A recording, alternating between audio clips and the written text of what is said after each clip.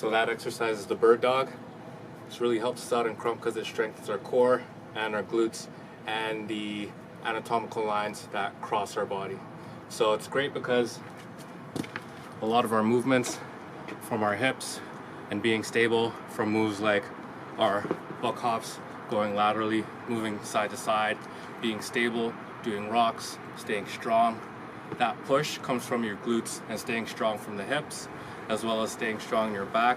You get a lot of strength there for doing different moves, like working with our rocks and staying stable there.